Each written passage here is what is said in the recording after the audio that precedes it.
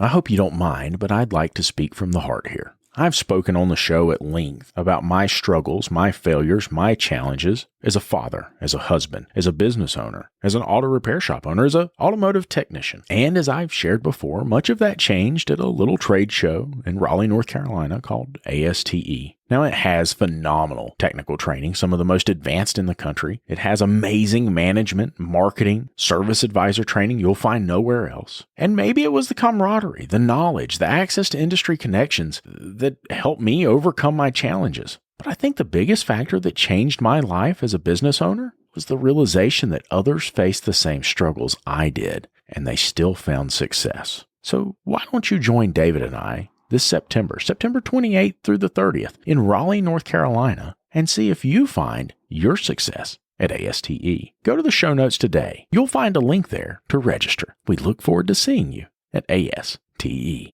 Hey folks, one more thing before we get started with this episode of the Changing the Industry podcast. ASTE looks like the one automotive training event you must attend this year. But for those of you that can't, but also recognize a need for a change in your business, we have a solution for you.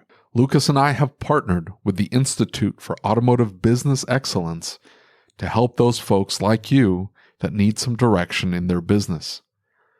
Click the link in the description and sign up for a complimentary business assessment. During that call, they'll create a customized plan for you on how to move forward. If that plan includes one-on-one coaching, peer groups, or just a few online classes, they can help you with all of that. There's no hard sales pitch, no obligation, just honest help from honest people. So make sure you click on the link in the show notes. And now, on to the podcast. I don't think I've given you this update yet. And I know David knows, but Scott is out here QCing cars right now. Cannot get him to go home. He won't do it. Is that because of home stuff? Like stuff going on at home? And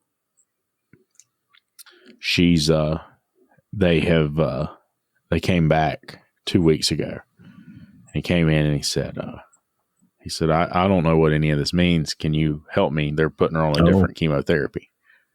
I'm like, what do you mean they're putting her on a different chemotherapy? He said, well, they're putting her on a chemotherapy that is this, this, and this. And I said, well, let's look into it. And so I look it up, and it's kind of like, this is the last resort kind of medicine. This is his wife or girlfriend that was at the before? See, I didn't even know she was sick. Yeah. Nobody. Mm-hmm. Yeah. That's terrible. Yeah. So it's inoperable. And I said, well, so what have they found out? And he said, well, it came back, doubled in size in her breast after they had taken it out, doubled in size in her lungs, in her left lung. It grew in her kidney, in her liver. And it's back on the brain and it's back on the bone. I'm like, man. And he's just like, I'm on him all the time. I'm like, dude, go home, go home, go home. He's like, I don't want to go home. I want to be here. I want to be at work. I can't. That's what I want to do. I'm like, how long have they been together? That's 10 years, 11 years, something like that. Wow. Long time. And she's local to you, right? Like they live in the area? Uh-huh.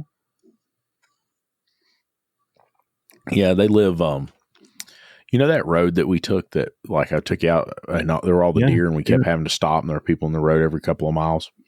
If you just go straight out through there, that's where they live. Right. So remember when you were talking about some of the, what is it, the runoff from the Christmas trees or whatever that was causing, is this what's happening? Mm-hmm. Yeah, probably. Yeah, I'd say so. And your mom went through it. It's crazy, right? Yeah, she's my 48 age. years old. And your mom beat cancer, right? Mm-hmm. Yep. She's not beat it, but she's, long story short, it's going to be manageable for the rest of her life, right? So, she, for all intents and purposes, she did beat it, right? There's no doubt about that. Yeah. But that's the thing is I think that's something we're all going to face one day, right? I remember when all the crazy anxiety started for me, I was like this little kid, was watching TV and it was on PBS or whatever. And they were talking about the fact that if you're over the age of, if you were over the age of 10 and you were under the age of 80, in the United States at that time that you were going to die of cancer. Like the probability was like so high that when you died, you'd have cancer, that they were confident in saying like, hey, this is going to be a thing, right? It's going to get worse. And I'm like, dude, that's crazy. You know, I look back at it now, I'm like, holy crap, it's still crazy. But, you know, it sucks when you see somebody affected like that. And like, she's okay with it. And the thing is she came back and she's like, the one thing that I'm happy about is I don't have to do radiation, because she had to do radiation before.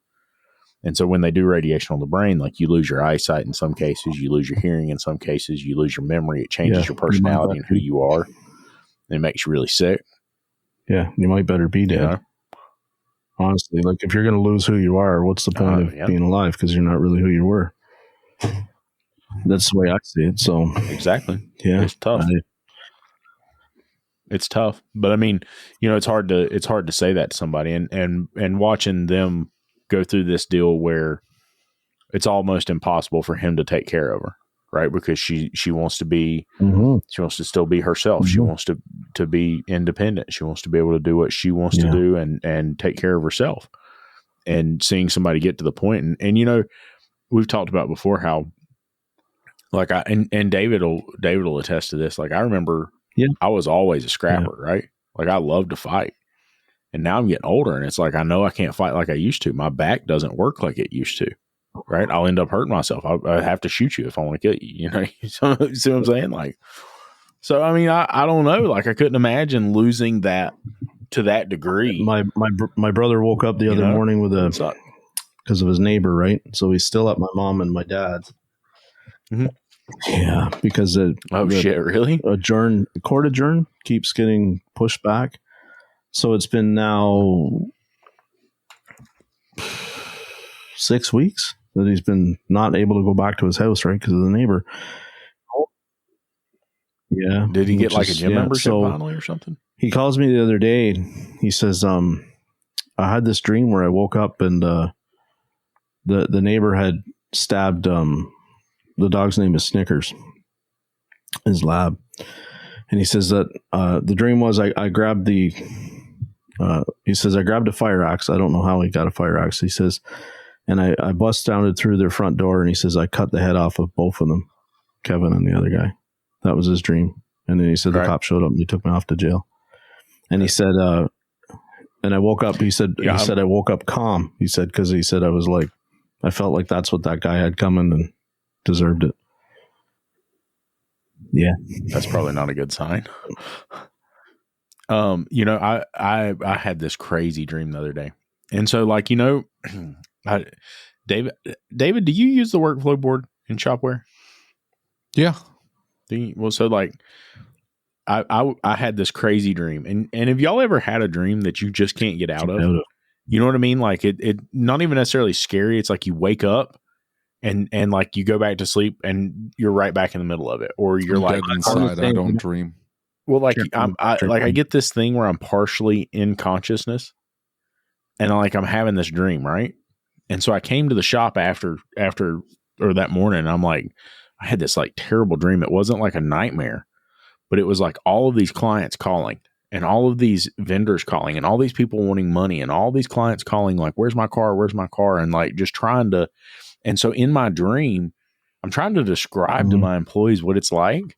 And they're like, oh my God. They're like, what? I'm like, why are y'all looking at me like that? And they said, because in your dream, you're stuck in Shopware. I'm like, oh God, that's terrible. They're like, you need a vacation. What your dream is telling me is that you need to get away from the shop. And I don't mean away from the shop like on a, one of your things, one of your trips that you're going on. Yeah. Like an actual vacation, like for longer than 3 days. Like, yeah, I know. I'm going to do it. Here's what I found is hey folks, David here. Before I opened my repair shop, I used to sell parts for a living. And it's always been important for me to be able to not just find the right part, but the best part for my customers' vehicles in stock and at the right price, which is why I became obsessed with PartsTech.com. With PartsTech, I'm able to search an unlimited number of vendors for parts and tires, and with one click, I'm able to order from every single one of them at the same time. What's more, all the information then gets conveniently transferred into my shop management system. So if you haven't experienced that level of convenience and efficiency for yourself, head on over to partstech.com/podcast and you'll be able to sign up for free today. That's partstech.com/podcast. We take the trust of our listeners very seriously, and I hope that you know that when I say that Shopware is the best automotive shop management system, I believe it in my heart of hearts. And now it's even better. With new features like Tech App, it streamlines the inspection and dispatching process for you and your technicians. And with massive improvements to Shopware's exclusive digital vehicle experience, they have stepped their game up to a whole new level. So if you haven't scheduled a demo yet, click the link in the show notes and do it today. If you've already had a demo and you were waiting to finally switch, there has never been a better time. So click that link and get started today. The problems are still there. When you get back from the vacation, you're just poorer and slightly older. But what's everything's still there. Nothing has been fixed. David, tell us what's happened I'm the past couple of weeks. Well, nothing's happened. It's just normal shop life. It's the joys of being a shop owner.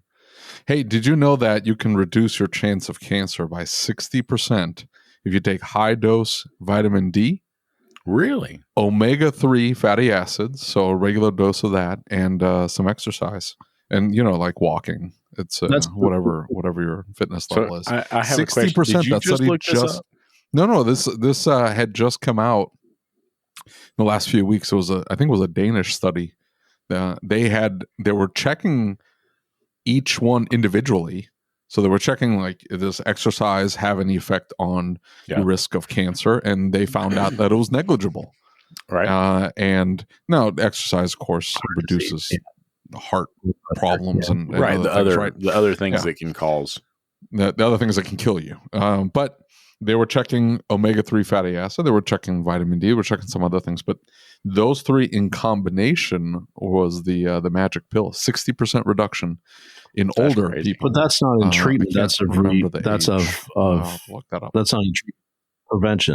Prevention. But I mean, prevention. How do they come up with? How do they know that it actually worked? Like, how do they know that those people were going to get cancer and it prevented it? Do they just look at genetic markers, or do they look at like family history? Well,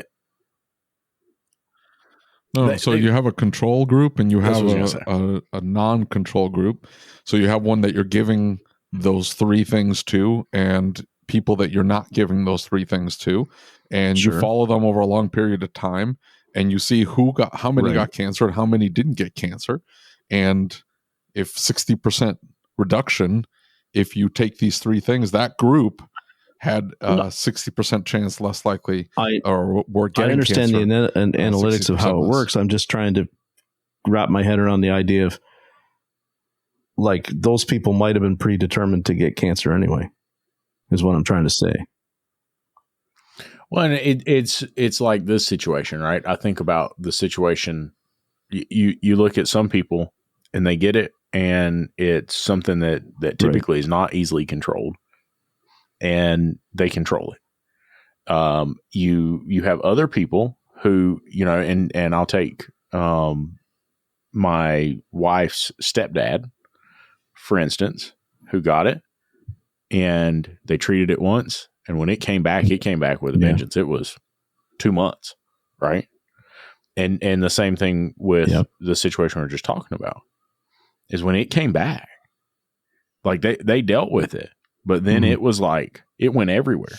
And so the research that we did is there's two different types of breast cancer, or there's probably more than that, but what I was reading is there's like a HERS this and a HERS that. And so one of them has like these little antennas on it. And so if it has those little antennas, it's going to absolutely spread like wildfire everywhere into everything. And it's just like that. I mean, it's not, if you have that, it's a bad sign, right? And so they say, like, hey, if you get this, you have to take very aggressive action very quickly.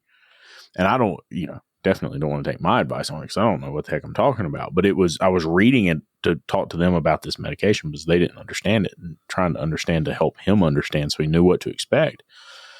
And it goes back to like the side effects. We always laugh about the side effects because you're like, if I take that medication, right, and you see all that list of side effects, and like one of the side effects of it is death.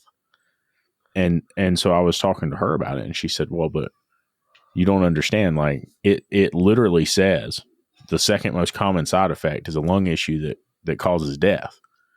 But like that's not going to change the outcome of this. Like this might extend it, but either way, that is the outcome. I've always struggled with that outcome, right? Like and the reality that it's coming for all of us. Like when I was a kid, that was a hard thing for me to like grasp. My parents always did this thing with religion where they're like, you know, you should just pray about it, and by the stripes of Jesus, you're healed. And like they did it with all the love in the world. Right. But me as a kid, like I looked up and I'm like, well, there's some magical thing that's going to protect me and I'm going to be okay. And it's all going to like, I'm going to be immortal. And then like one day you wake up and you realize you're not immortal, right? Like you could walk outside tomorrow and that could be it. Now, like you own a shop, and after owning a shop for a while, you're kind of like, well, golly, when's it coming, man? Like bring it on, you know? But sorry, David. That was your line. I don't know where Christians get this idea that if they pray, they'll be protected physically. Right. There's a story in the Bible. The guy's name was Stephen. Stephen was talking to the Jews. He had been converted, and he was talking to them about some of the stuff that they had done in the past, specifically persecuting people that were sent to them by God. God would send people out. Hey, we need you to do this. And they would persecute these people. So he's pointing this out. Now, they were very upset by this. But this is a devout man, Stephen is.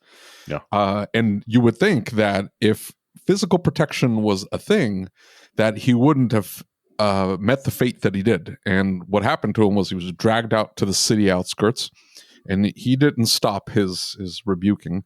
And they picked up stones and they pelted him to death. And they stoned him while another guy, his name was Saul, was holding everybody's coats while they got loosened up and stoned him to death. Now, here's a devout man that you would think he could call up and say, hey, God protect me. No. But that's not how that works. He was stoned to death. Well, and you know, so it's interesting you bring that up because like we were talking about, and Jeff, I think I sent it to you. Brian and I were talking about it, but that Jordan Peterson interview where he was talking to the Catholic priest, right? And they were talking about the passion story and what did he believe like the story of the passion really was deep down inside. And then he was talking. David, did I send that to you? Did you watch that? Just send me a lot of stuff, dear. So he's talking about the two primary stories that he had studied in the Bible, and he was talking about Moses, and he was talking about Moses's followers that were continually being bitten by serpents, right? And they had faced tyranny under the ruler, and now they come out and they go into the desert for what was it, David, 40 years or something like that. Yeah. And so they go into the desert and they're attacked by these snakes. And they go to Moses and they said, hey, listen, you kind of got a good connection with God. Couldn't you like ask him to help us with these snakes? And so Jordan Peterson's talking about it. And he said, so Moses goes to God and God didn't take the snakes away. What did God do? He told him to put a serpent on his staff. And he said, so the way that he interpreted that is that it was God saying that the challenge is the meaning of life. Right? Your cross to bear is the meaning of life. Like that hardship, that struggle, there is no chance that you're going to get out of life without it.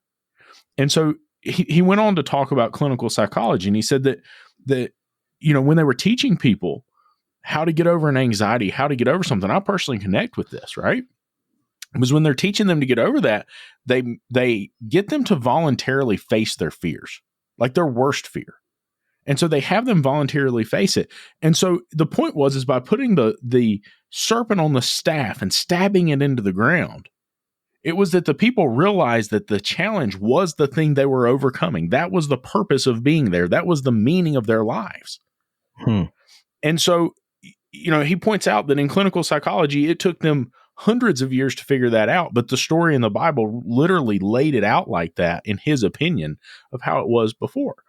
And so he goes on and he talks about the passion story. I'll send you both the link again so you can watch it. But he's talking about the passion story. And he said, at the clinical level, when you're interviewing people and you're talking to people who have fears and anxieties and all of these different things, he said, one of the primary fears that human beings have is being unfairly persecuted. And he's like, I'm not talking about they know how to analyze that and put it in words and explain it. But he said, think of the passion story. Well, it was this perfect human being who was wholly perfect, right? Like there was no even question to the fact they were perfect, and they were genuinely wholly good, right? There was nothing bad about them, and yet they were persecuted, and they were persecuted in the worst possible way. And it was like the sum of all fears for the human psyche. And I thought that was just an interesting perspective, or an interesting way to look at that concept, Well, it is interesting, but it's something everybody ignores. Everybody ignores that part. I don't know why. Which part? That you mean that it's that everybody, the suffering part, everybody like, oh, just pray on it. Pray on what exactly? What am I supposed to escape?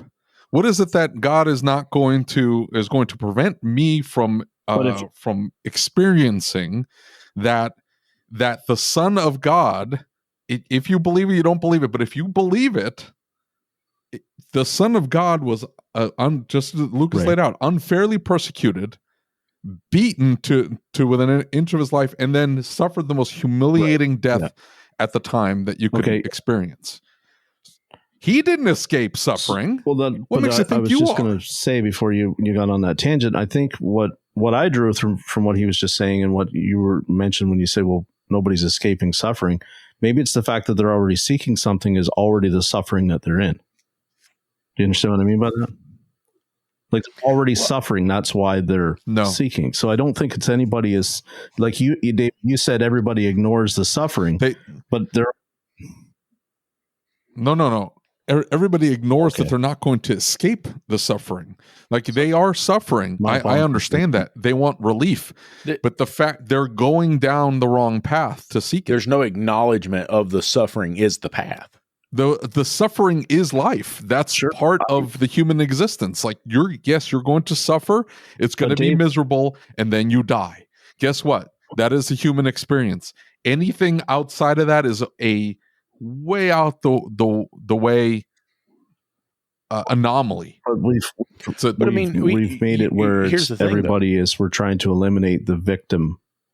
Like nobody wants to be a victim of anything, right? And it's easier to say, instead of you just screwed up your own choices and that's why you're on the path that you are, we always want to just paint ourselves as the victim, which absolves us of all responsibility for the poor choices that we made. That's what I've come to really grasp. Sorry. Well, I agree with you there. I agree with you there. But think of people that aren't victims of their own fault. Think of a child that is suffering from cancer, or a child gets in a drunk driver plows into that vehicle, and now they're fighting for their lives. And you look at that, and that is injustice. You look at that and go, why is this happening to this child? This is horrible. This child's never going to live a normal life, or maybe they're going to die at an early age. I was reading the most horrific story of this girl. She had gotten pregnant. She was, I think, 16 or 17 years old. So you can imagine that's already like a bad situation. This girl gave birth to this child in the hospital, put the child in a bag, put the Alex was telling me about this the other day. in the trash can, and then left. And you know why? Did you read why she did it? A couple days later, she was seen with pictures she was taking pictures at her prom. Was that the same story, Lucas? Yeah, and so she did that because she thought the mom would kill her. Her mom. I didn't read that part. She was at the prom with her boyfriend, taking pictures like nothing had happened. A couple days later, they found the child in the trash can. The hospital workers found the child in the trash can with a plastic bag wrapped around. Maybe it must have been born pretty premature. Now, right? That's what I was. The mom didn't know she was pregnant. The story I heard was the mom didn't know she was pregnant. She had hid, or she may not have even known, because that can happen. And so she was so afraid of the mom's reaction. Now, as a parent, right, I look at that and say, what kind of failure have I been as a parent that you don't think that you can be honest with me and talk to me about these things? But even then, though, like, okay, you want to hide it, but how do you leap from I'm going to hide it to I'm going to throw it in the trash? I don't get that. That leap is difficult to make. But here's what my point is that child was born into this world and then experienced being wrapped, thrown into a plastic bag with its head wrapped in plastic, and then thrown into a trash to suffocate and die. That's not justice, right? And you look at those situations. Not the kid's fault, right? Not the kid's fault. Wrong place, wrong time, wrong mother. So how do you justify that in your head? How do you look at that and go, well, why would God let that happen? And this is what everybody's mistake. That's not God letting it happen. That is going to happen as a natural course of things that are just happening in daily life. Suffering, even if the mother hadn't killed the child and allowed the child to live, can you imagine that type of? I mean, she's David, to a certain point a psychopath, right? David, you gotta make me a promise. Person does this. When I get to ASTE, we need to sit down and discuss this religion for like a couple hours, because I'm actually really interested to hear. And I'm not trying to change the subject. I'm not just while it's in here, because I really want to pick your brain about some of it, if you don't mind. Well, I'll answer your questions real quickly here. It's suffering is existence. Yeah. Just like Lucas said, if the Son of God can't escape it, what makes you think that we are? There is no sense in asking for something that is never going to be granted to you.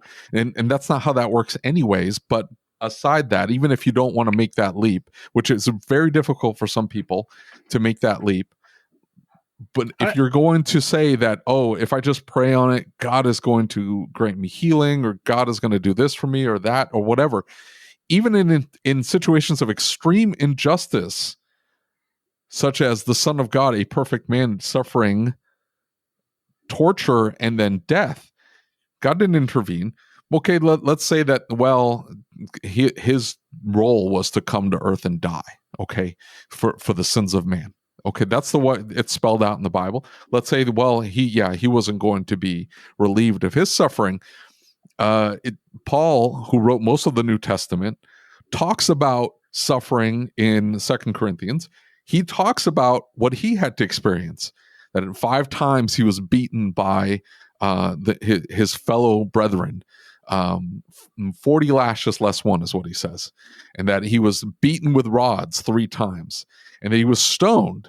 And that he experienced shipwrecking to the point where he was left adrift at sea with no hope for days at a time.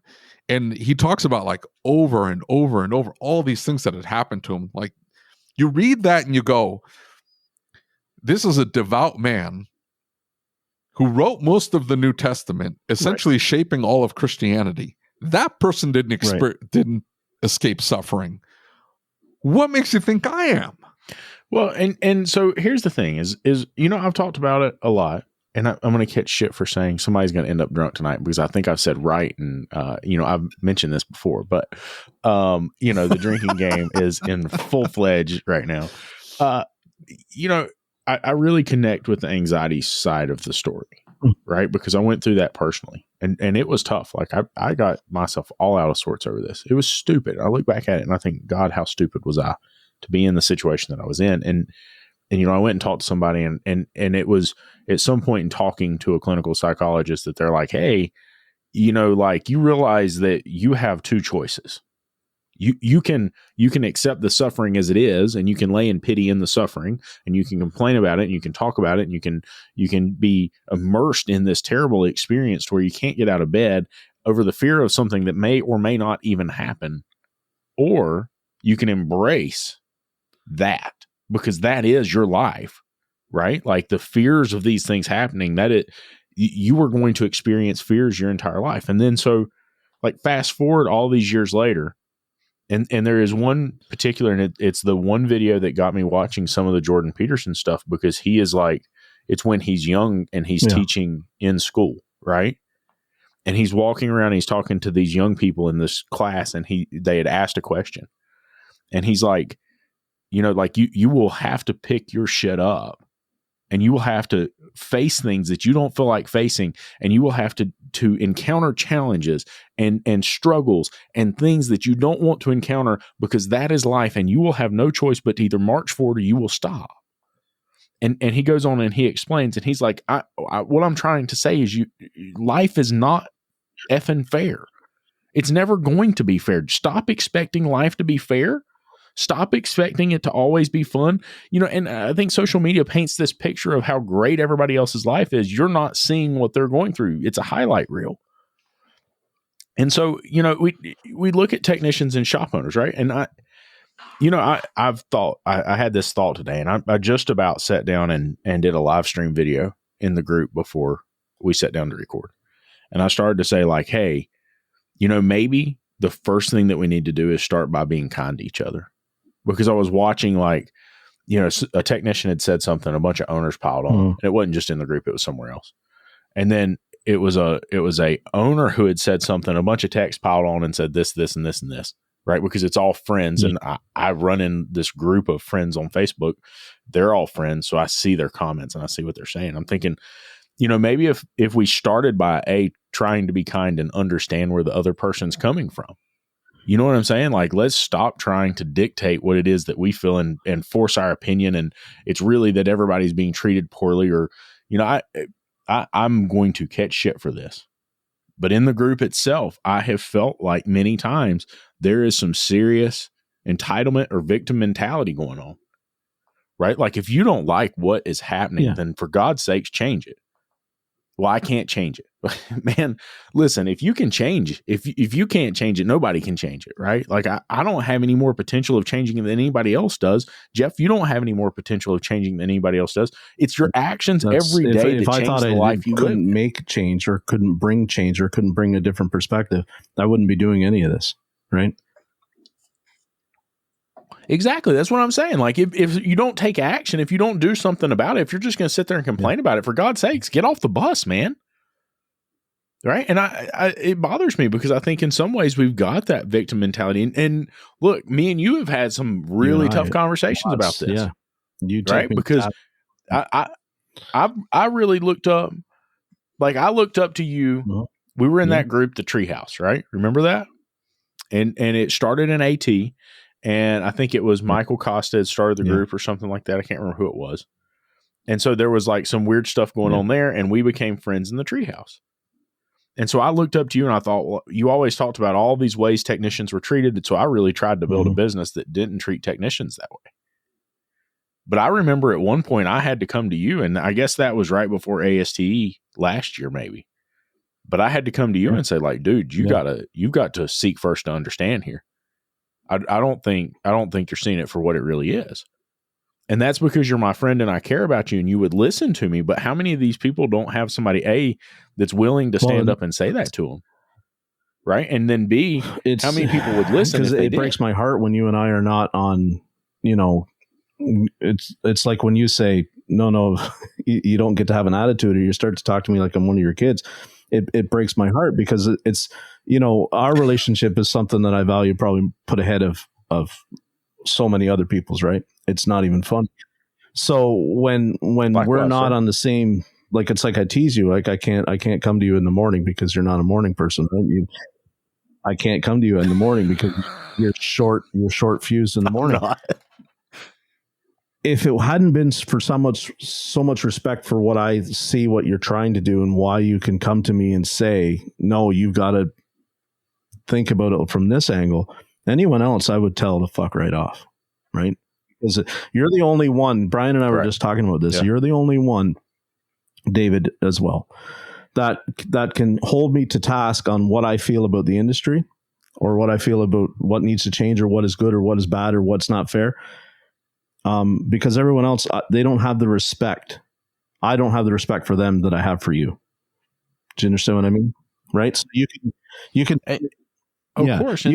And I'm honored by that more than you know. And here's the thing is that, like, I have watched this, right? Because I'm the one editing your show, and I've watched, it's like your mindset expand, right? Like, you've developed into a different human being over the last 6 months, because like you're hearing these stories and you're seeing these different perspectives and you're hearing what these people are going through.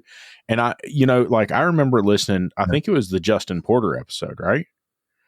And I'm listening to the Justin Porter episode and I'm hearing you when you're responding to Justin, because I'm hearing you say like the experiences I know me and you have talked about that you've been through.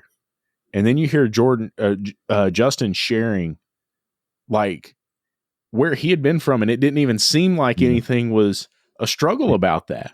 He just jumped in and did it. And it was just a thing, right? And I hear you throughout that episode change your mindset and your perspective based on what he's saying. Right. And it's the same thing with our podcast, right? Because like David and I, we won't say the name, but there was an episode a while back where we were talking to somebody that were very successful. And David and I went out to the car after the episode and we're going to get some lunch. And like, we had a heart to heart over like, there's a certain set of rules that we both kind of try and follow. And we're pretty much in alignment. Like, these are important things to us about how we run our business. And I'll never forget David saying like, man, are we like sacrificing success for our family and all these other things to like live by this? Should we just give it all up? And like, that's an interesting, you remember that conversation, David? For sure. Yeah. That's an interesting one. No, I don't value our relationship like that. They're all throwaway. When David says that, Lucas, he's talking to me, not to you. No, he's talking to me, but I also know that it's completely BS at that point. But I mean, like, you know, and that's the thing is that I think that in life, all right, we go through life and there come these, like, it's not even a fork in a road. It's like you get a mile down the road and you look in the rearview mirror and you say, I don't know if I took the right path. Right. And you know, it's just like building this new shop. There are days that I come in here and I'm like, you said that I may have effed up. This may have been the worst mistake I've ever made in my life. I mean, I took all of my retirement. I took all of my kids' college fund. I took every dime of money and put it into this. Right. And there are days that I think I effed up, and there's days that I'm like, holy cow, we're going to make this work. Right. And I think that's the human element, because we're always on this roller coaster of life. And, you know, we talk a little bit, you know, me and you were talking about Brian the other day and talking about the fact that Brian very much gets on that roller coaster of life, and it can be very up and down, and it can be hard for him to find his place in that. And I hope that so many of these people that are like in the group that you see going through that stuff, and they share their challenges and they share their frustrations, I hope they've got somebody to talk to, right? Like, if it wasn't for you and David being willing to listen to me bitch that's and moan Lucas, and complain and like the other night when you said to me, you said we couldn't use Jonathan's because the audio is terrible, and you were like, it's fucked up, and you know, we wasted $40 in credits and all this kind of stuff. Like, I was being genuine, and when I sincerely said to you, but when you feel what I feel at talking to them, how just having that conversation, I had it with Cody last night, right? How it unburdens them. Dude, I don't care if anybody ever hears that conversation, right? Or if it ever makes me a nickel. Do you understand what I mean? It's, and you say, of course, like, well, Jeff, you wasted 2 hours. But these people feel so much better, Lucas, when they talk to me. Like, my phone blows up now. It's with people that are contacting me going, oh my God, this podcast is like, it says something. This is not me bragging, right? This is just the reality that people are constantly reaching out to me going with what this podcast is doing. And it makes me feel, because I feel like I spent so many years just bitching and complaining and whining. Now, there was some positives that came out of that, in the sense that we had a united group of people that actually started a conversation that is still open. It's still an open conversation, right? But I feel like now, with me being able to go in one-on-one with these people, some of them I know, some of them don't, and I'm hearing their stories, and I'm seeing that weight come off of them when they tell, right? To me, it's not wasted at all. I am so, when I get done just talking to these people, I can't go to sleep. I'm so hyped up. I'm so wired. I'm so like, because I don't go to church, right? I haven't been to church in 10 years probably. I feel like that feeling that I used to get, though. You know what I mean? When we come out of there like unburdened, like everything that had gone throughout the week. When I walked out of the church on Sunday morning after, I felt unburdened. I felt like the next week was going to be better. That's having these conversations. Well, I remember. Yeah, of course, and that's the thing is that there are conversations that need to be had. There are discussions that need to be had. And in some sense of the word, it's a safe place to have those conversations, right? And we've done this on our show many times, but you start talking and it becomes a real conversation about life, and I think it's important to talk and share about life, and you talk about being unburdened. I'll never forget the look on your face, like I one of the episodes that I hate we missed the video from. Like there were occasionally, like when we're recording, you'll lose a video file, and we very rarely lose an audio file, but occasionally you lose a video file. But one of the ones that I really hate that we lost was at the end of ASTE last year, when me and you sat down and we were recording in that room back in the back, and we're just sitting down talking, and watching you have the realization that, like, A, it's not just our industry that's up against these struggles and these challenges and these frustrations, but B, that so much of this, A, it's perception, but there is a whole group of people in this industry that are doing something about it, right? That they're trying to change it, that they don't want people to be jaded, that they really want to take care of their people who work in the business. I shouldn't share, but I'm going to. We were at a training event a while back, and somebody that I know and personally care very much about owns a shop, and in this training event, they had an employee there, and they were going to be critiqued on some of their performance, and when they realized they were going to be critiqued on their performance, they started saying really nasty things about the shop owner, right? Yeah. Like it was terrible. And they were saying nasty things about the shop, and they were giving all of these reasons. And there's this concept of framing, right? You know what I'm talking about when I say framing? Like when sometimes it's for us up here mentally for ourselves. And sometimes it's we're trying to position ourselves in a certain way in front of a group of people or a certain person, but we begin to say and do things that paint the picture that we want to paint. Right. And it may be true. It may be untrue, but you can usually pick out somebody out of a crowd who's trying to frame, right? They're trying to say it a certain way. They're trying to go ahead and put things out in front before something happens and go ahead and explain away what's getting ready to happen, if that makes sense. And so I could tell from the conversation that she was framing, or they were framing. And we get through this conversation, and the call was pretty tough to listen to, and some of the feedback was pretty rough about the call. And I just think in so many ways, we've had all of these discussions about how bad techs are treated, and these guys are coming into these groups sharing their experiences. You've got these owners who are sharing their perspective about techs and talking all this crap about this one tech that did this one thing. And you got them coming into these groups and sharing their experiences. There's not been, in social media, there's not a way to verify what somebody's telling is the truth. Right. And so I watched this story unfold directly in front of my eyes. And dude, I'm telling you, I know it's a lie. Right. Like, it's absolutely a lie. There's no ifs, ands, or buts about it. And I'm thinking about all of the social media and all the groups and all the things that are said and how ramped up in some ways we've gotten.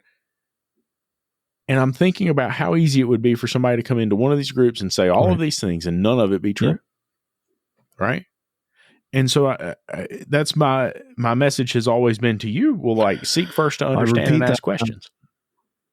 Don't just automatically jump to a conclusion. Ask questions 10 times a day, every day now. It's stuck in my head. And that's what, because we'll talk about young Colin, right? There's a guy that I'm still on the fence about what he really is. You know what I mean? I think he's got talent. I think he's skilled. You know, and when somebody said to me, I don't know if you saw the thread or not, the kid, well, he has no passion, right? For him to move around that much and quit this place and that place, and he has no passion. That's the most asinine statement I think I've seen in regards to that young man, that he has no passion. To think that what he's doing, going out and speaking about how he feels, that takes passion, right? It takes conviction. It takes, of course, you're putting yourself out there. You're bearing your soul about what's frustrating you, what hurts your feelings about what you do for a job, right? Now, at the same time, it's really hard for me to wrap my head around some of these people when they go, like, I made 6 figures and I still am pissed right off. Like, I'm not making 6 figures. Yeah. Right. And I know, like you and I have talked about, I know shop owners that don't pay themselves as much as I get paid. So I know for shit they ain't making 6 figures. Yeah, of course. But yeah, he's still all fed up with the industry and wants out. But then I remember that it doesn't really matter. Lots of days, I had days where the day before I made 15 hours. And then they came in and I was only going to make 4. Yeah. And they did something to me that I didn't like. And it made me feel like disrespected and not important and undervalued, all those analogies.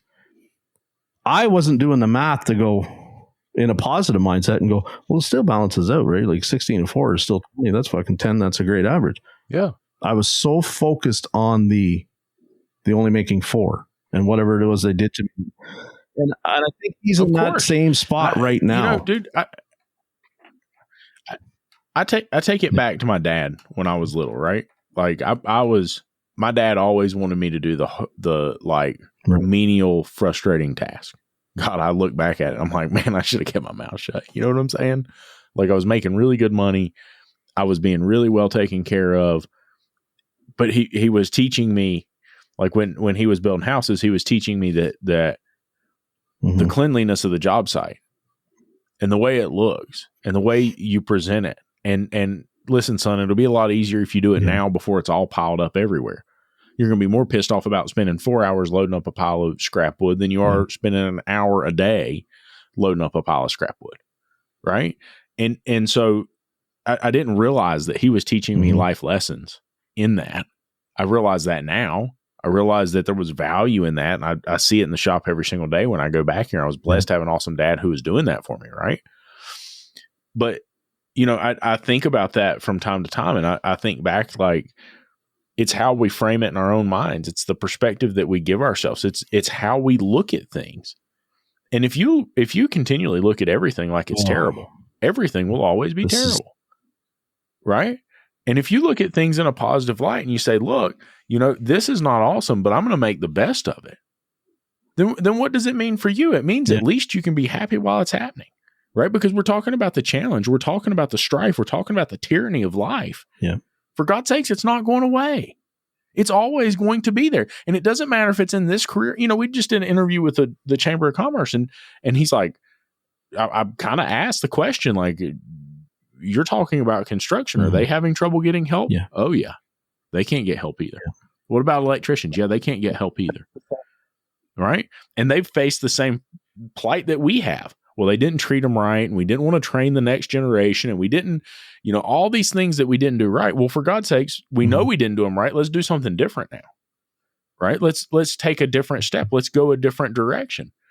And you know, I was listening to something. I was listening to that Colin episode, right? And I will never forget. So I was going back and I was like pulling little sections out and adjusting stuff here and there. And he said, I don't think it's right when the book calls for 1 that they're marking it up and they're charging them like 1.5 or 2. Yeah. I don't think that's right for the client. And all I could think to myself was, dude, you've created a basis of what you believe is wrong. Like you have created this set of guides. You've put this ruler up on right and wrong, but you didn't understand why they were doing what they were doing. Right? You didn't ask the question of why are you some of the doing things that? He said as an example of that. And then to say that I was only getting 3/10 more on a job to do something. And I'm listening to him do the interview and I'm sitting here thinking, okay, but dude, you're contradicting yourself. It doesn't make sense because like you're saying that they shouldn't be able to mark it up to 1.5. Now, I don't know if in the context it was like they're marking up to 1.5, but they're only paying him 1, but I didn't get that feeling. I think what he was feeling was like, the book time was supposed to be an hour. They marked it up to 1.5. He got 1.5. He probably knocked it out in 0.3, like 0.5, and felt that the customers ripped off. But in the next breath, he's talking about he doesn't make up any time. You have never heard me in any of my time that we've talked about anything felt that I felt bad that the customer got charged above and beyond whatever the book said. You've never heard me complain about that because I've always looked at it as like, I've given so much for free. I believe in karma. That's just it coming back around to me. Well, I mean, here's the thing. It's like there's a balance in business, right? And the business is supposed to be there to be profitable. And I don't look at a labor guide like it's this is a Bible and this is what we have to charge. I look at it and say, you know, if it was a perfect world, my guy's going to work 40 hours this week. This is a way for me to look at it and say, here's a guideline that I can follow and a rough guess of how long it should take him. You know what I want to do? I want to bill my guy 40 hours a week every single week. Right? Right. I don't, you know, I know we build pay plans for over 40. I think we should normalize a 40-hour work week. I think we should normalize a 40-hour work week. I think we should normalize it in such a way that you can earn a living in 40 hours. But to do that, what do you have to do? Well, you have to charge appropriately and you have to bill appropriately. Now, I know in some states you can't do it. I don't necessarily believe that talking about labor hours and part dollars to a client is responsible. I don't think it's any of their business. Mr. Client, what I'm providing for you is a repaired car. Now, Dutch absolutely hates that. He hates that. But I'm going to tell you something. He doesn't give a flip about how many hours the job is supposed to take. They want the price of that repair. Want the car fixed. That's it. They don't care because the hours to them doesn't mean anything because they think that either the two scenarios are we do it much faster than they could possibly do, so it's just a fictitious number, or they always do it in less time than what they're charging me for anyway, and they don't care. They just want to know the alternator's $799 and can I pick it up at 5 o'clock? That's all they care about. But instead, what have we done? What have we done? Instead of creating an environment where that's always the case, we've created an environment where we basically tell them to scrutinize what we do, right? We've created an environment where they come back and they say, well, but you know, it has this many hours on it, but it was only at the shop for this long, right? We've created that environment. Now, look, and the thing of it is if we would normalize that we are professionals and we should be paid as professionals, and auto repair is not supposed to be cheap. And if we repair cars correctly and you take your car to a true professional that knows what they're doing and spinning their mic around in circles, you're fine. And so you take it and you truly, genuinely build an industry that has value. Well, then it's not a conversation anymore, right? I want my car properly repaired. I want it to be reliable. I want to have a warranty. So I know this is what it takes to accomplish that. Great. Yet when we talk to technicians, one of the common things we always see, well, the reason I'm not getting as much work is because they're charging too much up front. Well, we should get 50% of the door rate.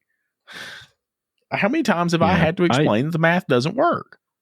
Right? Yeah, I mean, 40 maybe.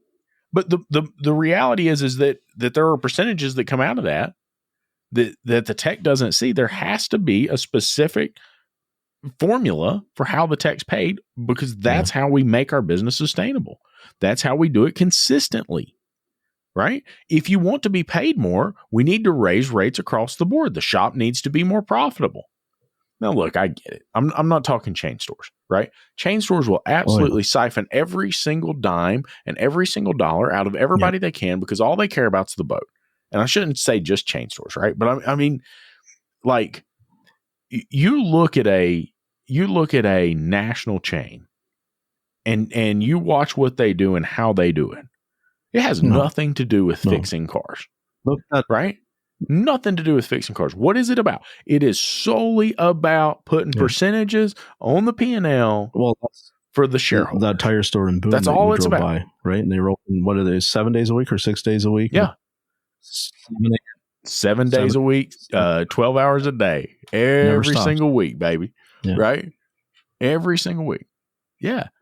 And so to them, it's not about the people. To them, it's not about the car. To them, it's not about the consumer. It's about how many units did we move last month versus last month of the same month of the last year versus the last 5 versus the last 10 and a trend, right? That's all it's about. It's just a game. I talked to a principal at a car dealership one time, and he had sold his dealership out to a big corporation. And I asked him, I said, man, they are doing some really skeezy things. As a matter of fact, I bought a car from them.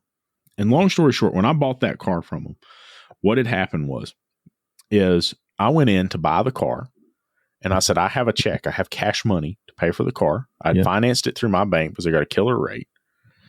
And he comes in and he says, oh, well, I thought you wanted to finance it through us. I can't give you that price unless you finance it through us. And I said, no, we already made a deal. We've already got the paperwork. We've got everything done. And he said, well, couldn't you just sign the financing thing? I won't put it through, but I'll get more commission if you do that. And I said, no, man, I'm not doing that. Right. And he said, okay, well, let me see what I can work out. Okay. This dude goes in the back. I'm there for 3 hours. And he comes back and he's like, well, what we've done is we've gone ahead and processed the financing. I never signed the paper. We've gone ahead and processed the financing. And you just take this check and you pay off the financing. Now, wait a minute. Yeah. A, how did you get financing in my name? Yeah. B, that's not right. You know what I'm saying? Like that's wrong. And so I was talking to the dealer principal that had been bought out by this organization. And he said, I'm going to tell you something. He said, they are not a dealership. No. They don't sell cars. I said, they don't sell cars? And he's like, no. Listen, that's not what they're in the business of doing. He said, the cars are just the tool, the vehicle that they need to create profit. He said, they're a finance company. I said, what do you mean? He said, they work with Chase and they work with Citi and they work with all of these banks and they get a cut of each of the financing programs and then they put their interest rate on top of it. And so they're getting a take on the financing. And he said, so when they do that, he said, this entire organization is set up on financing cars. And he said, do you know what equity mining is? And I'm like, what is equity mining? And he said, it means that if a car comes to your shop, they're paying someone to get the information from the car. And if it looks like it's going to be a big repair at your shop and they can get that information, or if it looks like it's an older car and it's something that they could potentially trade on, they are going to contact that client and tell them to come over here to the dealership and we'll make you a deal you can't refuse. They do the same thing when the car's in the dealership. You've seen them do it. You work for a dealer, right? The whole purpose was to turn cars. And he said, all of that is built on the premise of making money on financing. And so, you know, these organizations like that, dude, they are absolutely not about the technician. They're not about the service advisor. They're not about the client. No. And they're not about the car. And so I hope that if anything, through the Changing the Industry group and through the Jaded Mechanic and through all of the efforts that we've put together, ASTE, the stuff ASTA is doing, the stuff that MWACA's doing, the stuff that all of these organizations are putting together and putting on paper, is that the independent auto repair industry is not that. Are there bad shops out there? Yes. But the majority of them are bad shops because they learned how to run a business from someone like that. They saw how technicians were treated and thought that's just how they ought to be treated. You've heard me reference it more than once with some of the coaching tactics that are being done. To me, it's old news. It's an old song and dance because it's exact same stuff that we watched if you worked in a dealer 15 years ago, was exactly what they were taught to do, right down to the T. You know, I don't have to read some of the coaching people that we don't necessarily align with, and we know the names we're talking about, to know that I could probably sit back and read the book and I would put it down at a boredom because it's familiar read. You know, I know exactly how they want to treat the customer, how they want to treat their people. It doesn't change. It comes from the new car dealership method.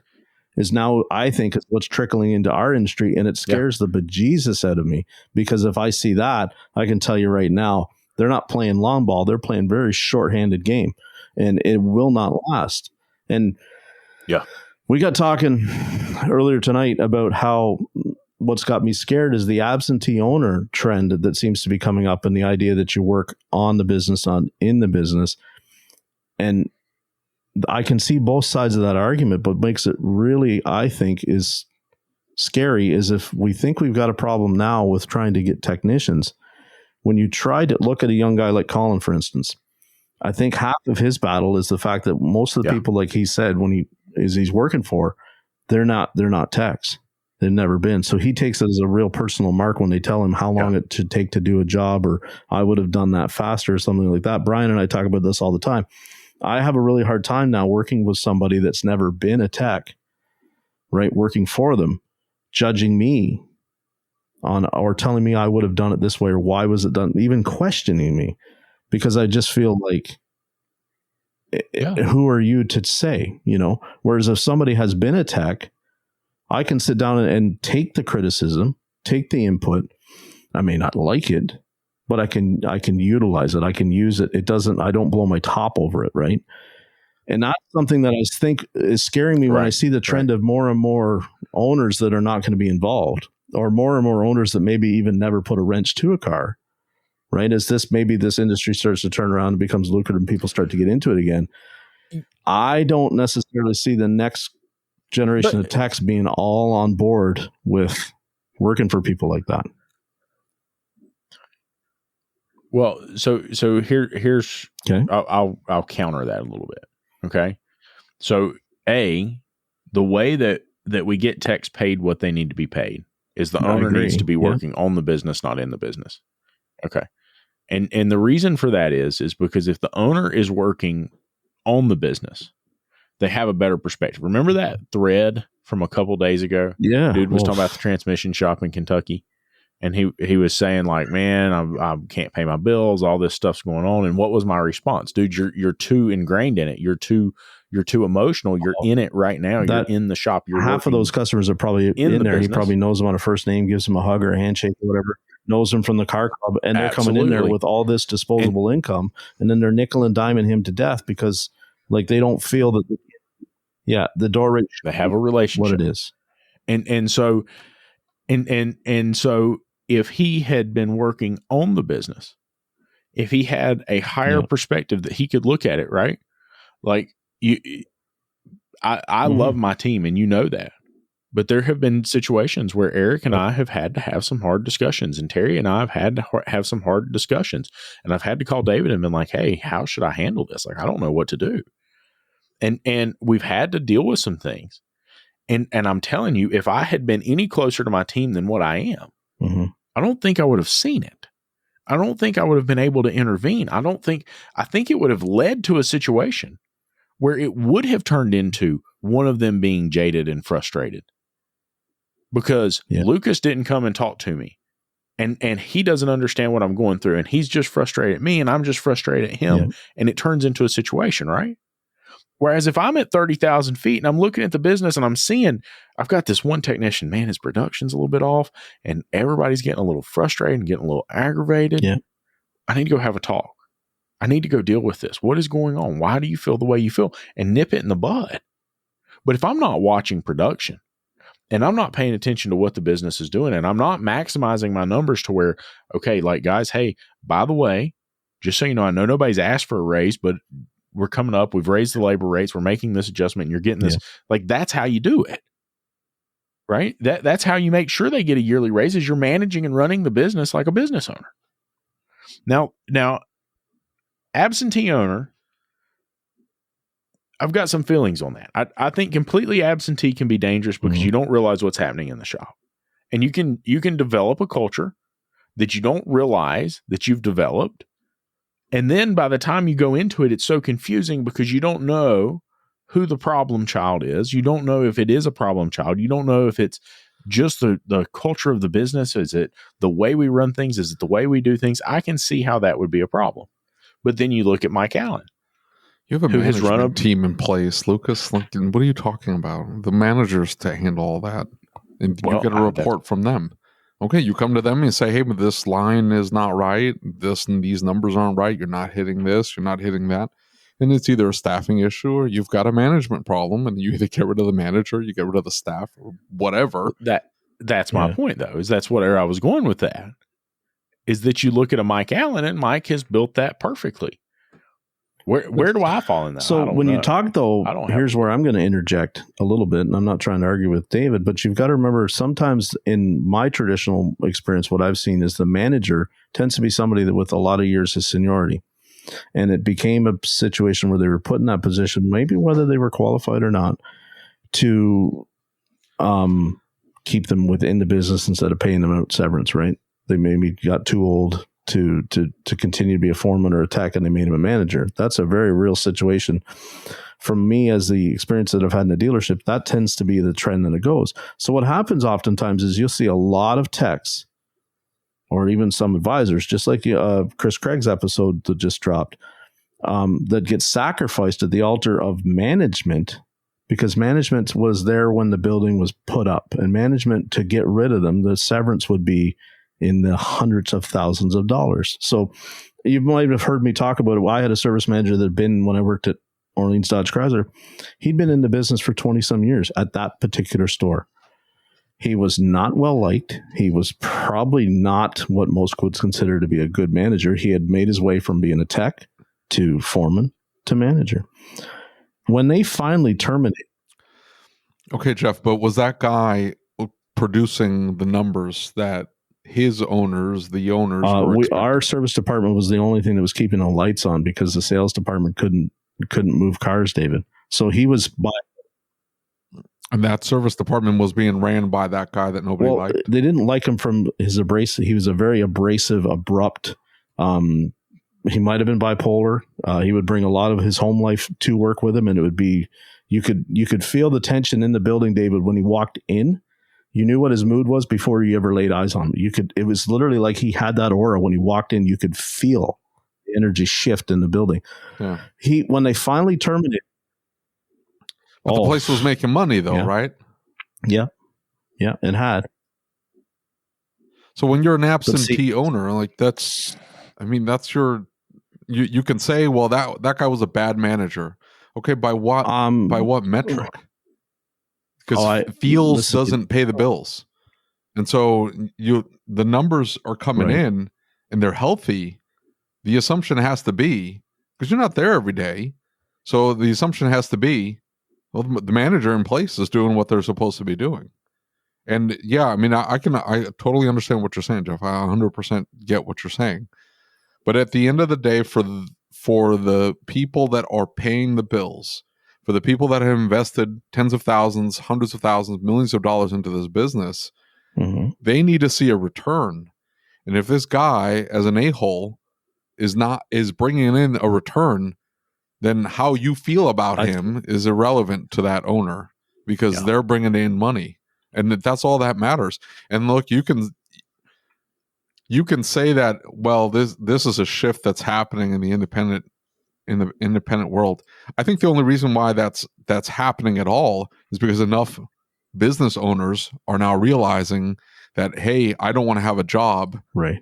I want to own a business, because why would I take the risk of business ownership and also the BS of having a job? Why would I do both?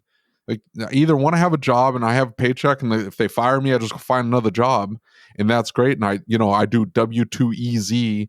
I know you don't have that in Canada, but here, like for a normal salaried employee or hourly employee, to file your taxes is like 3 clicks on a smartphone and you're done. You take a picture of your W-2, or half the time it's uploaded automatically. You hit a couple buttons, you sign, and you get your return. And then that's it. And everybody's been conditioned to that methodology of filing your taxes. And they expect that little bonus at the end of the year, that $1,000, $1,500, $3,000, $5,000. If you got a couple kids, it turns into $10,000 plus, even if you have enough children. Everybody's been conditioned to that. I don't get that, because I'm a business owner. I can't do that as a business owner, right? I've taken on the risk of audits. I've taken on the risk of having to pay all these taxes out. I've taken on the regulatory risk, the safety and environmental hazard, compliance risk. And then on top of that, I also have to do the job too. No, I'm not doing that. Screw that. I'm going to blow my brains out if I have to do that. Enough owners have seen that. They've seen the light and go, you know what? I'm not doing that either. Screw that noise. What I'm going to do is not be at work every day. What I'm going to do is let's take a vacation next week and then just go on vacation and not have to worry about the business, because the business is going to run because I've put the right people in place. And the fact that somebody doesn't like the manager that I put in place, are the numbers coming in correct? Yes. I don't care that you don't like the guy. You don't like the guy, quit and go find somewhere else to work, because that guy is a good enough manager to know that you don't want to be there and they need to go, and they're going to find somebody else. And I don't have to worry about any of it.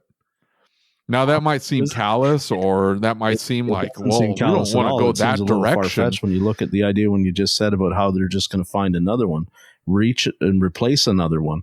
I think that the very stark reality that we see daily posted is that is the obstacle. We see owners, and David, I love you, I'm not trying to argue with you, but we see owners every day that are saying they're struggling to find a replacement. We're talking about the those are not the shops that we're talking about, though, Jeff. You have to see this.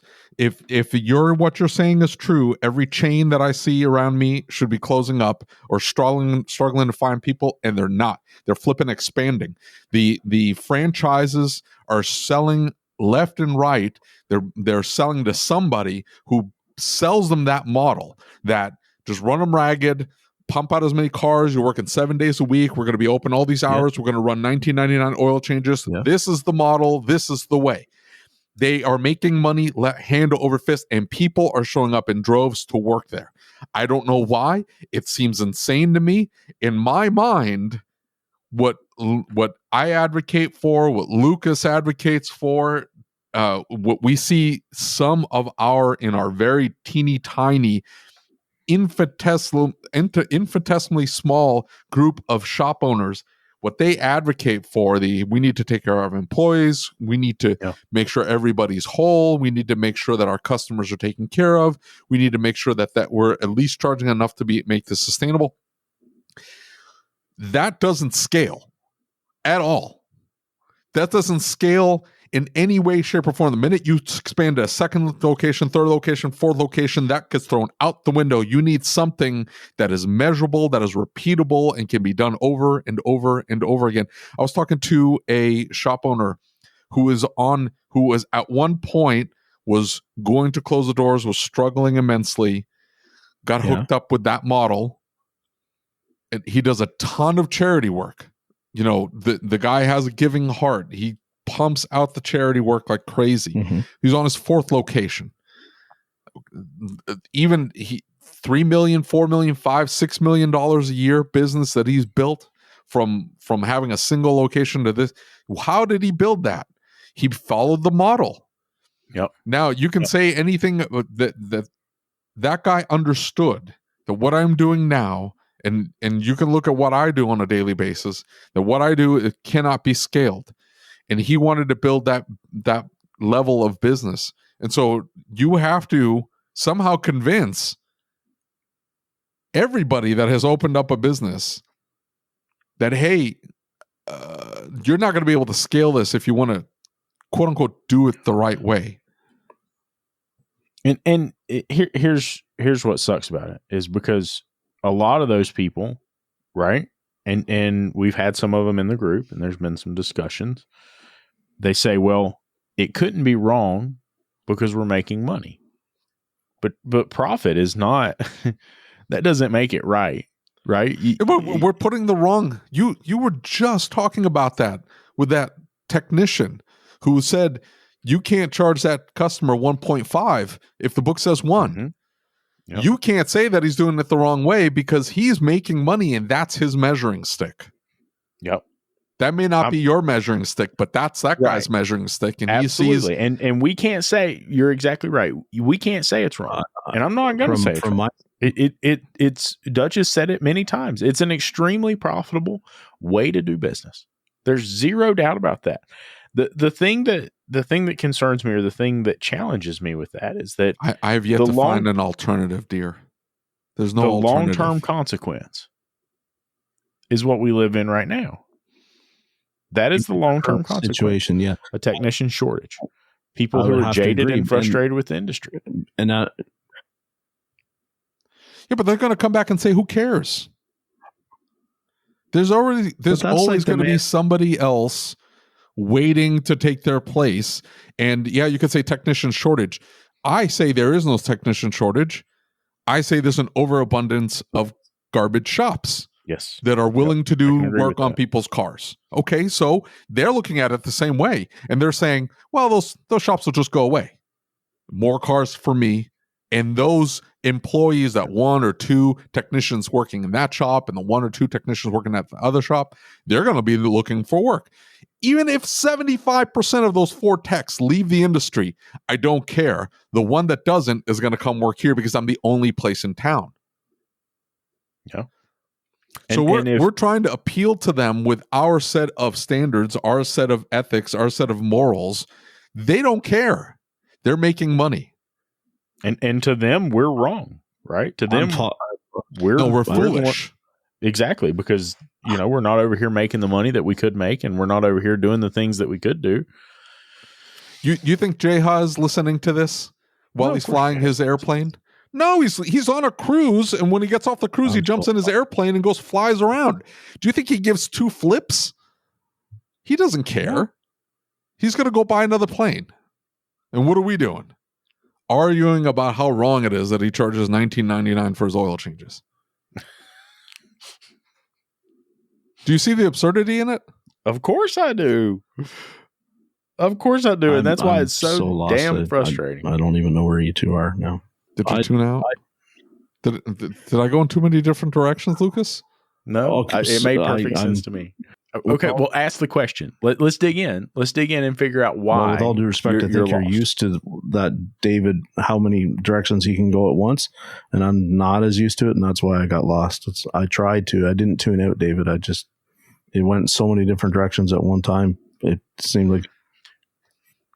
I wasn't trying to be insulting. I generally want to know, because I guarantee you we're going to get a comment in the Facebook group or whatever. Like, I lost David an hour and 10 minutes into that podcast. I had no idea what the hell he was talking about. I didn't mean take any kind of offense. I got lost. I got lost. I'll have to go back and listen to it. Okay, so basically, what David is saying is that there are organizations who run their businesses differently. And Dutch has said this many times, that model is extremely profitable, right? And as he pointed out, they will always have technicians. There will always be people in those bays working for those shops. They will always be making money, and it's a shame we see so many techs say, well, squeeze them out and don't go to work for them for this. And while that could be a solution, the reality is it's never going to happen. Right. They'll always have somebody. And the sad part is all that's going to end up doing is it's going to mean that those shops only have unqualified dummies working for them. Not necessarily. I think the most insidious. If the smart techs starve them out, they will hire somebody who doesn't have. And yes, and the customer's not going to know the difference. And what's the most insidious part of it is these large dealership groups going to the schools. We want fresh meat. So here is spit them out. Bro. Yeah, here's a $10 million endowment that you guys get to have for your VOTEC program. I just need first dibs. That's it. Oh, the quote unquote opportunity to work at this dealership. They just want fresh meat. And so they just have to sell enough kids on the idea that they're going to make all this money as a technician to enter the school, this beautiful building, this beautiful facility with all brand new equipment, right? Sell them on the idea that that's how they're going to go work on. And I've got my little drudgy shop that's, it's well lit, but the floor's dirty or whatever, and there's crap piled up everywhere. And I'm not going to sell them on that, but they walk into that dealership that gave that $10 million endowment, and they're going to look at all that brand new equipment, all this lighting. Man, that looks so nice. That's where I'm going to go work. And what do? They chew them up, they spit them out. 3 years later, they're out of the industry. Do you think the dealership cares? They don't care. Why? They just keep pumping money into the schools, and the schools keep sending them fresh meat. The measure of success is simply the dollar bill for them. That's all that matters. Right. To them, that's really what David's getting at in all of this.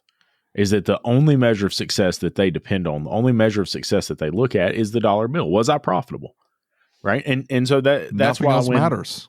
Well, that's why when we talk to those other guys who believe something different than we do, they're like, how can you not like want to come and go to one of these events and see what we do? Because it's really, if you'll just come, you'll see how much money you can make. Dude, it's not about the money. You don't understand. It's not. And about you'll the feel money. great doing it. Right. You'll get all the feels. Dude, if you knew how many technicians I've talked to who work for those shops, and they're like, dude, it's miserable here. It sucks. But I care more about the people who work for me than that. I don't want it to be that. I talked to somebody at one of those, and the very first thing they ever said to me was go back and fire all your employees. Right? Like, yeah, but these are human beings. Well, I don't care. You're not running a family. This is a business. And that's not wrong. Right? Like, I'm not going to say that's wrong. It's not even necessarily unsound advice. It's that's not who I am. Right? Like I've told you stories about my dad, and you got to meet my dad and my mom, and you see how they run their business and the people they brought down here that they help with their business, that they bring down here just to come down here and eat. Right. And they take care of them. They treat them genuinely like their family. Right. Like that's who I am as a human being. That's what I do. Yet those people are going to look at us like we're crazy. See, here's the thing. And I admire like what your parents did and the stories that you tell about your parents. They're fascinating to me. And what is most interesting is that they were able to be that way and still generate a ridiculous amount of money. Mm-hmm. And I am dying to find that model in the automotive world, and I've yet to find it. Yeah.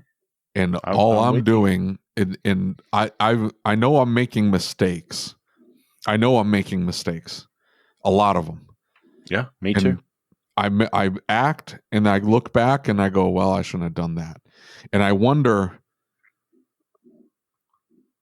if I'll get there or I'll go broke trying.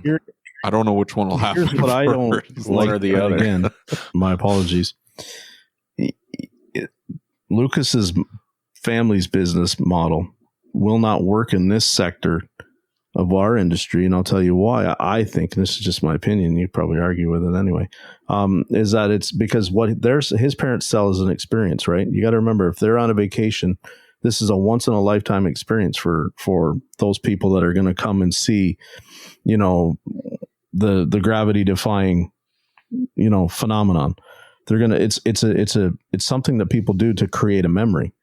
What we do is create charges on something that people begrudgingly have to continue to pour money into as they own it. So you wish you could have that, David, but you've got to remember, if you wish that for somebody, you have to attack the enthusiast market versus the daily driver market.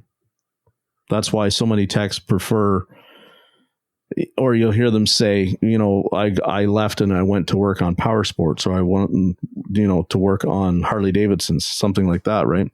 Because people want to invest in that because of the feeling and euphoria experience that it gives them when they're fixing that, when they're enjoying it. When we're just fixing Mrs. Smith's Camry, it's a very noble, important thing, but you cannot create that business model based on that, because it's something where their emotions are tied is in a completely different place when they come to make that transaction. Does that make sense? I can understand. I can understand what you're saying there. I see experience-based businesses fail. Yeah. You see amusement parks close. Yeah. They go bankrupt. They're selling an experience. Then why didn't they succeed? And little roadside attractions fail all the time, or they're dilapidated and run down. And they built a business around what they had without resorting to tactics that cheapened. I wouldn't even say cheapened, that violated their personal ethics, their personal morals. And here's what it comes down to at the end of the day for somebody that takes that approach. It's the do unto others as you would have them do unto you, right? Yep. They're going to treat other people the way they would want to be treated if they were in that particular situation. That's how they approached it, and they were still able to build a successful business. And I am having a hell of a time trying to figure out a way to do that in the automotive world, because would it be easy for me to cheapen my oil changes and make them $19.99 and pump as many cars in through the shop and tell everybody, if you're not flagging 45 hours a week, you're fired? And could I do all that? Absolutely, I could do all that. I personally would not want to be the customer that gets that coupon and acts on it, knowing what I know about vehicles. I would not want to be the technician who has to come to work to that pressure every single day. I would not want to be the service advisor that has to turn that many sales. You see what I'm saying? And so that particular environment is not something I want to impose on my staff. So I try to impose on my staff the type of environment that I personally want to show up and work at. But the numbers still have to be the numbers, and the money still has to be the money. Right. You've got to be able to pay the bills. Yeah. You got to be able to pay the bills. And they were able to balance it. His parents were able to balance it. And that's all I'm saying. Is not that we're selling this versus what they're selling. And I think you can take that approach in any business. In some instances, you see businesses succeed building that type of environment.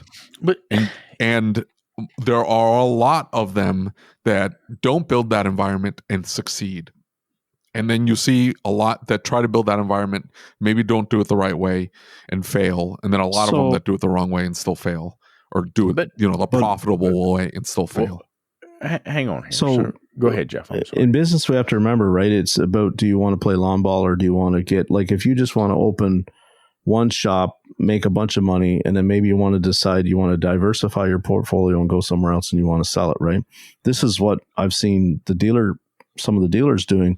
Where I came from, Ottawa, they're now starting to sell some of those dealers off to dealer groups, which I'm talking like our national groups. Like, they own hundreds and hundreds of dealerships across multiple provinces, all owned by one singular dealer group. So that person that maybe it's a second generation, third generation dealership, it's just part of their now portfolio. Now, they've played long ball, right? In the sense that it's been in the family for 3 generations, whatever.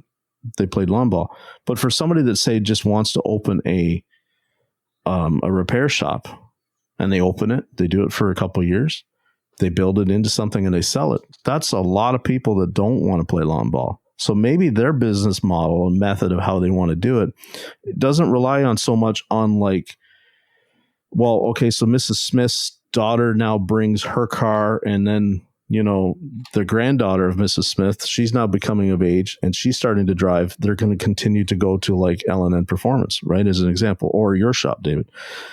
Whereas somebody that might open a business and then see a trend change in business or in the industry, or might look at the technology and go, I don't want to tool up for all of that, ADAS, whatever, EV, they may decide they want to get out.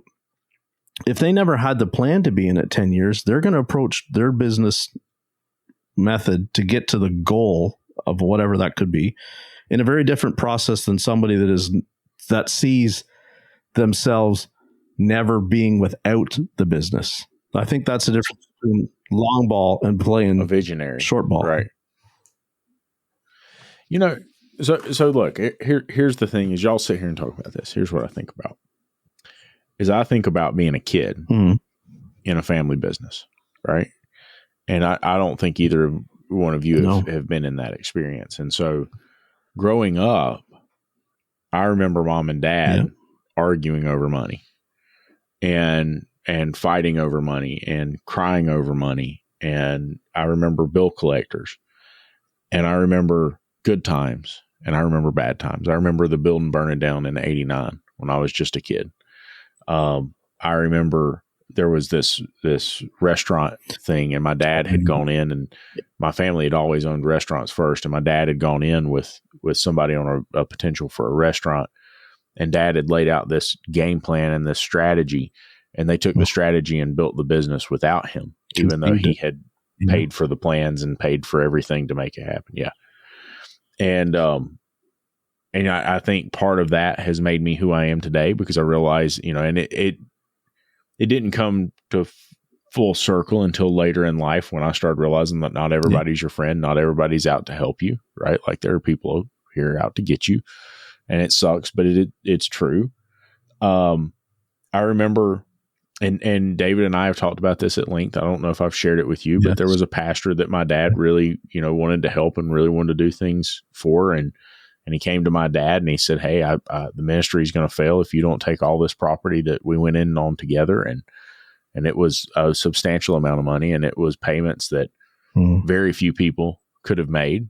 And I got upset about it. And I like, to this day, and like I realized this progression through life, right? I remember them arguing over money when I was a kid. I remember things not going well and us not having money to go do things, and right. And then I remember things, they got better and better and better. And then when all that happened with that, and it was these huge payments, and I'm like freaking out about it. I'm like, "Dad, like, why in the world would you say yes? What were you thinking? Why did you do this?" And he said, "Son, don't worry about it. It'll be all right." And I'm like, "Yeah, but what if this happens?" And he's like, "It doesn't matter what happens. Everything's going to be fine. This doesn't define who we are. This is a business. This is like, we've been through way worse, and we'll be through way worse again. And we've been through way better, and we'll be through way better again." It just is. Right? Like, don't put so much focus on the thing that's like right in front of you. And yet, and so we sit here and we have these conversations, and they feel so big, right? But now I'm looking back, and as y'all are having this conversation, I'm thinking about that, and I'm thinking, man, maybe none of it's this big. Maybe my, we talk about my parents' success. Maybe they didn't plan to be successful. Maybe they didn't make the right decisions. Maybe this road to success was paved with potholes and all of these different challenges and these things. And that's just what made them maybe the fact is, you and our generation sees it as like the business defines what the family is. And maybe your parents, the family is what we are. And the business is just something that we have. Yeah. And maybe that's the difference. You grew up in the business. Exactly. Right? It was around you all the time. It was so forefront of the Underwood family identity is Mystery Hill. Yeah. But to your mom and your father, it's just something they did. Right? It's a way that they made money. One of more than one way that they made money. Right? Your father also had a business building houses and all that kind of stuff. That, I think, is where this generation, my generation, your generation, maybe some of David's, is we're focused because we're focused on the money. We're focused on what it is we do, the job. And let's be real, family is not what it used to be. Your parents, it's a completely different mindset. It's a completely different culture. Yeah. Right? And we can go into all the different scenarios and fragmented why is it, and that's not really the part of this conversation that this whole podcast is about. But at the end of it, if you're going to be in business, right, you have to remember that it shouldn't define who you are as a person, but you shouldn't sacrifice who you are as a person either to define the business. Does that make sense? You don't sacrifice your morals and your ethics. This is why I have so much respect for you, because you don't. It's very obvious, both of you gentlemen, you will not do it. Right. And as that's been the beauty of me as I've started to network with more of the shop owners and stuff, I have a pretty good nose for genuine people. And that was the beauty of being able to go to ASC, was to meet these genuine people. Why am I such a fan of Dutch, right? Because he's the most transparent person I've met in this industry yet. He's exactly as what he says. You know what I mean? Yeah. There is you don't have to know, you don't have to think about it. It's so, you just feel it, that he's exactly what he says, and his core is right there for everybody to see exactly what he thinks and what he feels. And that kind of conviction is so rare anymore. And it's rare in our industry. So to be able to be around people that are that way in this industry, that's the only reason that I'm still in it. And I still have the faith that's why I do the podcast. That's why, because I'm not talking to every technician that's out there. I don't have enough. There isn't enough days left on my clock to talk to every one of them. But I want to talk to the ones that have the conviction and the gumption to tell people how they feel and why they feel that way, and then give input as to what they wish was different. They might be right or wrong, right? Yep. I got a question. So last year was the first time you ever went to AST. And now this will be your second year going. What are you going into this with do you have a different mindset approaching this time? Are you thinking about this differently when we talked about the fact that you're going to come again, and have you thought about it? When I went last time, I didn't know what to expect other than it was just like, oh, there's some training courses that I'm signed up for. And, I'm going to take one management course, and the leadership course that I was going to take got canceled. And then, a bunch of was technical courses. And this time I'm not going to be, have a set schedule of classes that I'm going to sit in. I'm going to sit in a bunch for a couple minutes here and there. But the reality is I just want to go and continue to meet as many of the people that have reached out to me since I was there last year, and sit down with them and have this exact kind of conversation, or the kind of conversations that I've been recording with people and having the episodes. Just tell me what you think of being here, right? Or if you're a multiple time person, why do you keep coming back? Right. And I think that's a very important thing to think too, because if you're coming back and you're already like a really smart guy, you're getting more and more out of the training, or is it the networking thing? Does it give you, because I know when I come away from it, I feel motivated. Like I can go back to my life and my job with resolve that I am making a difference, that I am in a situation where I can improve my industry by attending that, by networking with these people, by hearing their input. I can bring it into my job and share it and make it better. It's not my shop. I'm not in control of it. Amen, but if I can teach somebody just a little bit of culture that I picked up from somebody way more successful than myself and people that I work with, if they take one little nugget from it, how is that not worth it? Right? If everybody goes home with that and does that, how long will it take to change this? Yeah. Not that long. Think of the difference it makes. But people have to do it. I know we've talked a lot about my parents, but I mean, that's like my dad always told me when growing up, he's like, it's when they walk out of here. Yeah. It's how you made them feel. It's the things you told them and the impact you made on them. And this is bigger than just like a roadside tourist attraction. Like you have an impact on their life, and every person that you talk to and everything you say to every person matters. Right. And I think that's something that can get lost on us sometimes. And I think it's sad that social media to a degree has taken that away, because we don't realize how important the words that come out of our mouths are. Well, I mean, think about how small the world is. I'm probably not the first person from Kingston, Ontario that's ever walked onto Mystery Hill. Right. It's very unlikely. It's very unlikely. But think about how many people, your parents' lives they've touched just by saying hello or good morning or whatever, right? And going on a tour and telling them about what is there. If your parents, if they actually sat down and thought about that, could be a very overwhelming feeling, right? But they don't, because it's just what they do. It's just what they do. And it's my role in all of this is just what I've always done, which is just talk about it, right? Share my frustrations with people, with the industry, and try to be more open about why is it the way it is. And if we all agree that it needs to be improved, which I think everybody agrees that it needs some improvement, let's work to it. We're going to have all kinds of different opinions and arguments about how do we do it. Flat rate is the problem. No, flat rate's the greatest thing ever. That's not what it's about. It's about, it's about making everybody. Yeah. Maybe we start with nixing the entitlement. Maybe we start with nixing the judgment. We seek first to understand what other people are saying and truly dig in to understand. Maybe we start with kindness, right? Maybe when somebody posts something we don't agree with, instead of jumping all over them, we say, hey, man, help me understand what you're getting at. That's something find a better way to type I'm sure I'm doing better at in terms of trying to ask, right? I just show me what your job posting looks like. Tell me what you're offering. Tell me why it is that people don't want to, you can't get people to come work for you.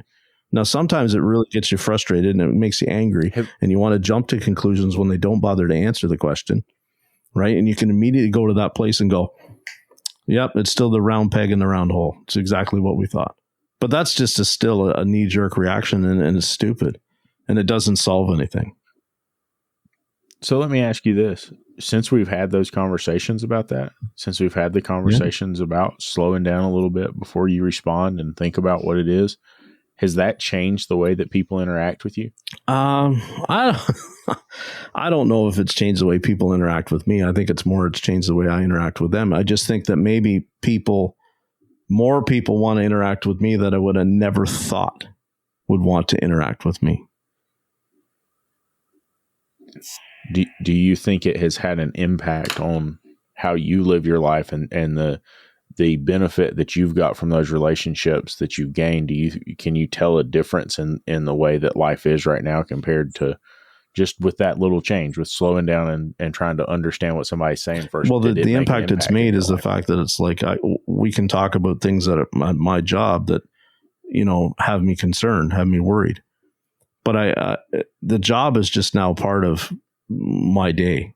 You know what I mean? It's not my whole. It's no longer my whole identity.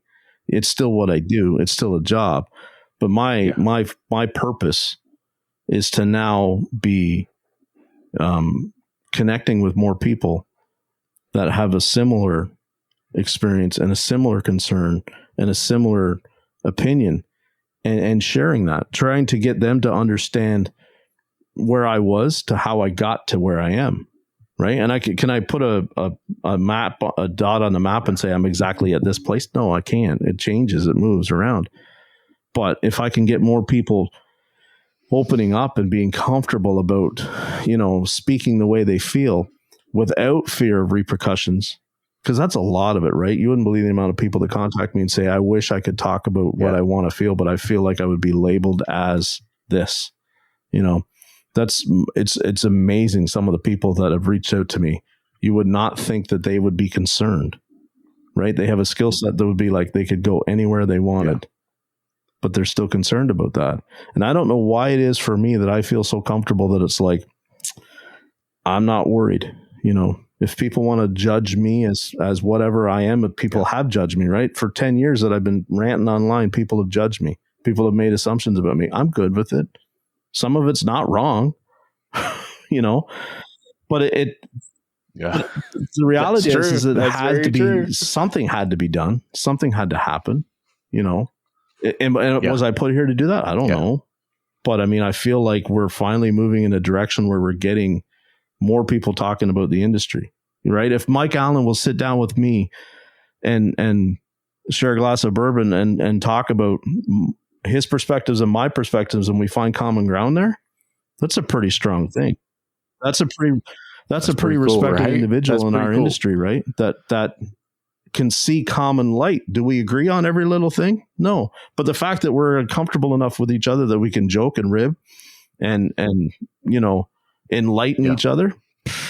I'd have never thought 10 years ago that me just starting to talk to random strangers in a Facebook group would ever get to this. Ever. Right? Amen, buddy.